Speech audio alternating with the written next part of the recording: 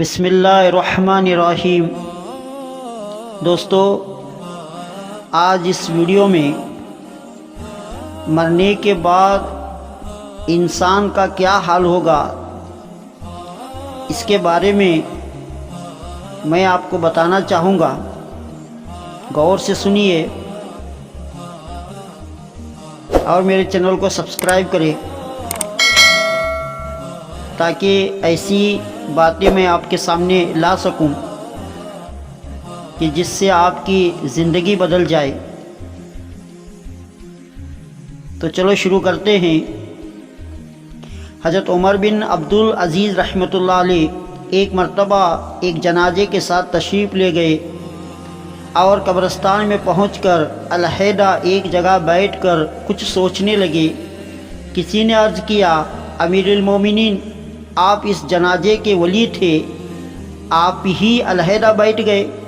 فرمایا، ہاں، مجھے ایک قبر نے آواز دے دی اور مجھ سے یوں کہا کہ اے عمر بن عبدالعزیز، تو مجھ سے یہ نہیں پوچھتا کہ میں ان آنے والوں کے ساتھ کیا کیا کر دیتی ہوں؟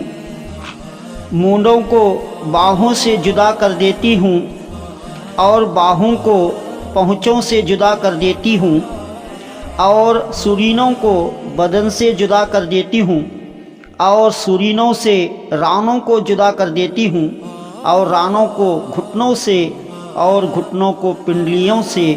دنیا کا قیام بہت ہی تھوڑا ہے اور اس کا دھوکہ بہت زیادہ ہے۔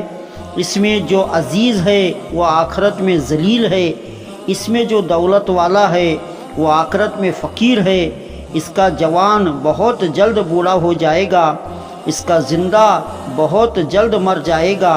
اس کا تمہاری طرف متوجہ ہونا تم کو دھوکے میں نہ ڈال دے، حالانکہ تم دیکھ رہے ہو کہ یہ کتنی جلدی منہ پھیر لیتی ہے، اور بے وقوف وہ ہے جو اس کے دھوکے میں پھنس جائے، باغ لگائے اور بہت تھوڑے دن رہ کر سب کو چھوڑ کر چل دیے۔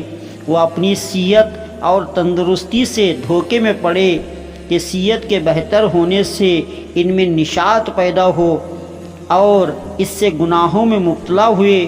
وہ لوگ خدا کی قسم دنیا میں مال کی کثرت کی وجہ سے تکلیف کو خوشی سے برداشت کرتے تھے، لیکن اب دیکھ لو کہ مٹی نے ان کے بدنوں کا کیا حال کر دیا اور خاک نے ان کے بدنوں کو کیا بنا دیا۔ کیڑوں نے ان کے جوڑوں اور ان کی ہڈیوں کا کیا حال کر دیا۔ وہ لوگ دنیا میں اونچی اونچی مسہریوں پر، اونچے اونچے فرش اور نرم نرم گدوں پر نوکروں اور خادموں کے درمیان آرام کرتے تھے۔ عزیز و اقارب، رشتہ دار اور پڑوسی ہر وقت دلداری کو تیار رہتے تھے، لیکن اب کیا ہو رہا ہے؟ آواز دے کر ان سے پوچھو کہ کیا گزر رہی ہے۔ غریب امیر سب ایک میدان میں پڑے ہوئے ہیں۔ ان کے مالدار سے پوچھ کہ اس کے مال نے کیا کام دیا، ان کے فقیر سے پوچھ کہ اس کے فقیر نے کیا نقصان دیا۔ ان کی زبان کا حال پوچھ جو بہت چہکتی تھی، ان کی آنکھوں کو دیکھ جو ہر طرف دیکھتی تھی، ان کی نرم نرم کھالوں کا حال دریافت کر، ان کے خوبصورت اور دلربا چہروں کا حال پوچھ کیا ہوا، ان کے نازک بدن کو معلوم کر کہاں کیا کیڑوں نے ان سب کا کیا حشر بنایا۔ ان کے رنگ کالے کر دیے، ان کا گوشت کھا لیا، ان کے منہ پر مٹی ڈال دی، اعضاء کو الگ الگ کر دیا، جوڑوں کو توڑ دیا۔ آہ، کہاں ہیں ان کے وہ خدام جو ہر وقت حاضر ہوں جی کہتے تھے؟ کہاں ہیں ان کے وہ خیمے اور کمرے جن میں آرام کرتے تھے؟ کہاں تھے ان کے مال اور خزانے جن کو جوڑ جوڑ کر رکھتے تھے؟ ان حشم و خدام نے اس کو قبر میں کھانے کے لیے کوئی توشہ بھی نہیں دیا اور اس کی قبر میں کوئی بسترا بھی نہ بچھا دیا، کوئی تکیہ بھی نہ رکھ دیا، زمین ہی پر ڈال دیا، کوئی درخت پھول پھلواری بھی نہ لگا دی۔ آہ، اب وہ بالکل اکیلے پڑے ہیں، اندھیرے میں پڑے ہیں۔ ان کے لیے اب رات دن برابر ہے، دوستوں سے مل نہیں سکتے، کسی کو اپنے پاس بلا نہیں سکتے۔ کتنے نازک بدن مرد، نازک بدن عورتیں، آج ان کے بدن بوسیدہ ہیں، ان کے اعضاء ایک دوسرے سے جدا ہیں، آنکھیں نکل کے منہ پر گر گئی، گردن جدا ہوئی پڑی، منہ میں پانی پیپ وغیرہ بھرا ہوا ہے اور سارے بدن میں کیڑے چل رہے ہیں، وہ اس حال میں پڑے ہیں، اور ان کی جوڑوں نے دوسرے نکاح کر لیے، وہ مزے اڑا رہے ہیں، بیٹوں نے مکانوں پر قبضہ کر لیا، وارثوں نے مال تقسیم کر لیا، مگر بعض خوش نصیب ایسے بھی ہیں جو اپنی قبروں میں بھی لذتیں اڑا رہے ہیں، تر و تازہ چہروں کے ساتھ راحت و آرام میں ہیں۔ لیکن یہ وہی لوگ ہیں جنہوں نے اس دھوکے کے گھر میں اس گھر کو یاد رکھا، اس کی امیدوں کو مقدم کیا اور اپنے لیے توشہ جمع کر دیا اور اپنے پہنچنے سے پہلے اپنے جانے کا سامان کر دیا۔ اے وہ شخص جو کل کو قبر میں ضرور جائے گا، تجھے اس دنیا کے ساتھ آخر کس چیز نے دھوکے میں ڈال رکھا ہے؟